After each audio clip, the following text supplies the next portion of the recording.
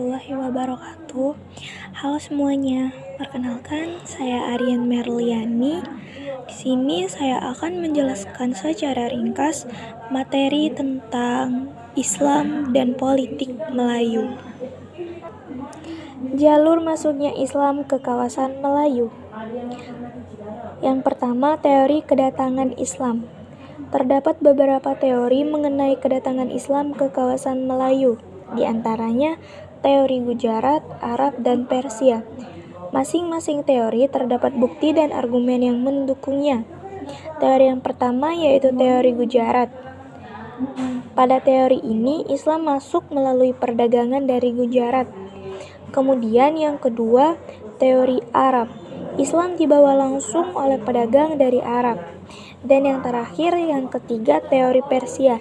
Islam disebarkan oleh pedagang dan ulama dari Persia. Selanjutnya, bukti sejarah dan arkeologis.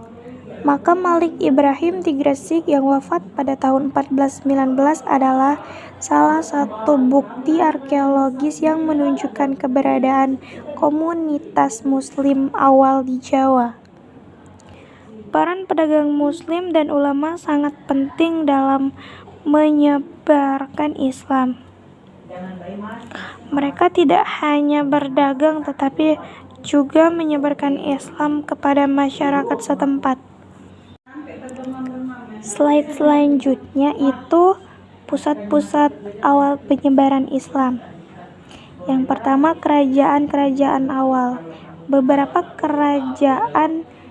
kerajaan awal yang menerima Islam antara lain Perlak, Samudra Pasai, dan Malaka.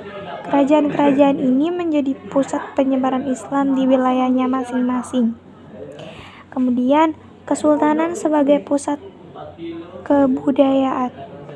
Perkembangan kesultanan sebagai pusat kebudayaan Islam sangat signifikan. Kesultanan tidak hanya menjadi pusat pemerintahan tetapi juga pusat perkembangan ilmu, pengetahuan, dan seni Islam. Pengaruh Islam sangat terasa dalam bahasa, seni, dan arsitektur Melayu.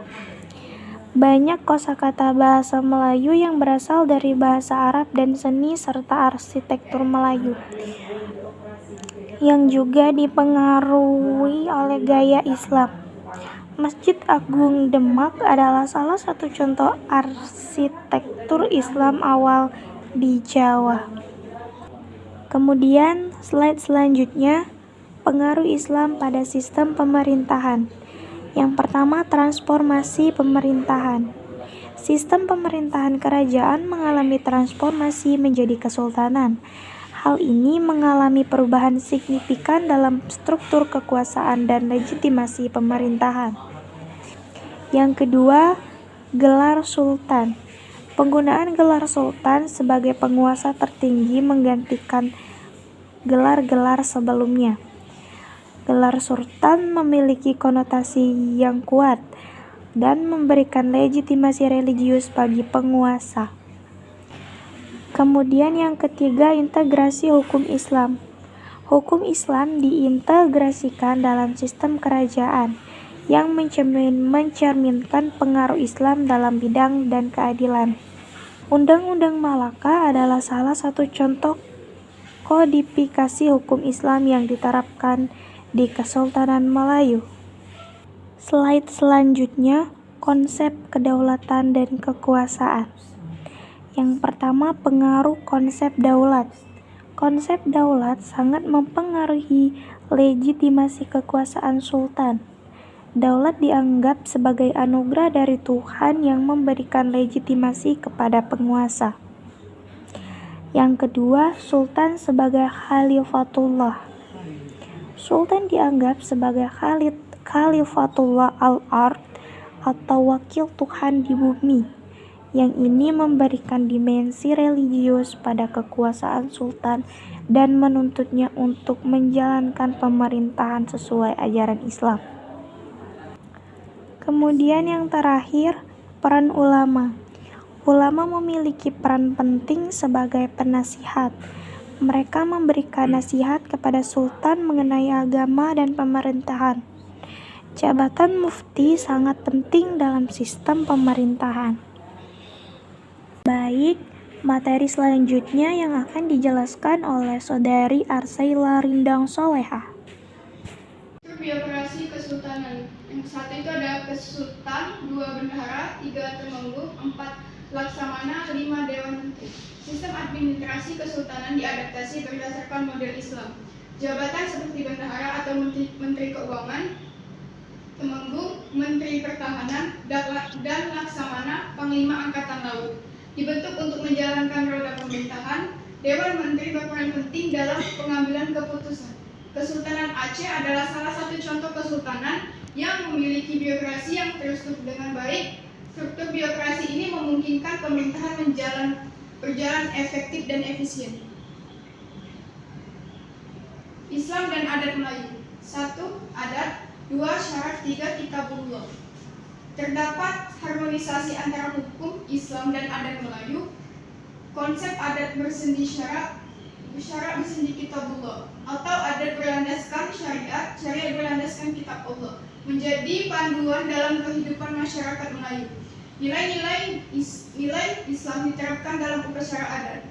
Contohnya upacara pernikahan Melayu yang Islami menggabungkan unsur adat dengan ajaran Islam. Hal ini menunjukkan bagaimana Islam dan adat dapat hidup berdampingan secara harmonis. Selanjutnya yakni ada penerapan konsep politik Islam, yaitu adalah keadilan sosial, zakat, wakaf, dan baitul mal. Yakni ada konsep keadilan sosial menjadi landasan dalam pemerintahan Islam. Zakat sebagai instrumen ekonomi Islam digunakan untuk membantu kaum yang membutuhkan. Wakaf menjadi aset sosial umat yang memberikan manfaat jangka panjang. Baitul mal sebagai lembaga keuangan publik mengelola keuangan negara sesuai dengan prinsip-prinsip Islam. Selanjutnya ada pendidikan dan intelektualisme Islam, yakni ada 3, yaitu lembaga pendidikan Islam. Lembaga pendidikan Islam seperti pesantren dan madrasah sangat besar. Lembaga ini menjadi pusat pengembangan ilmu pengetahuan Islam. Yang kedua ada peran ulama. Ulama memiliki peran penting dalam pengembangan ilmu pengetahuan. Mereka tidak hanya mengajarkan ilmu agama, tetapi juga mengembangkan karya-karya ilmiah dalam berbagai bidang. Yang ketiga ada karya ulama Melayu. Banyak ulama Melayu yang menghasilkan karya-karya penting dalam bidang tafsir, fikih, dan tasawuf. Hamzah Ansuri adalah salah satu tokoh sufi dan penulis Melayu terkenal yang karyanya sangat berpengaruh.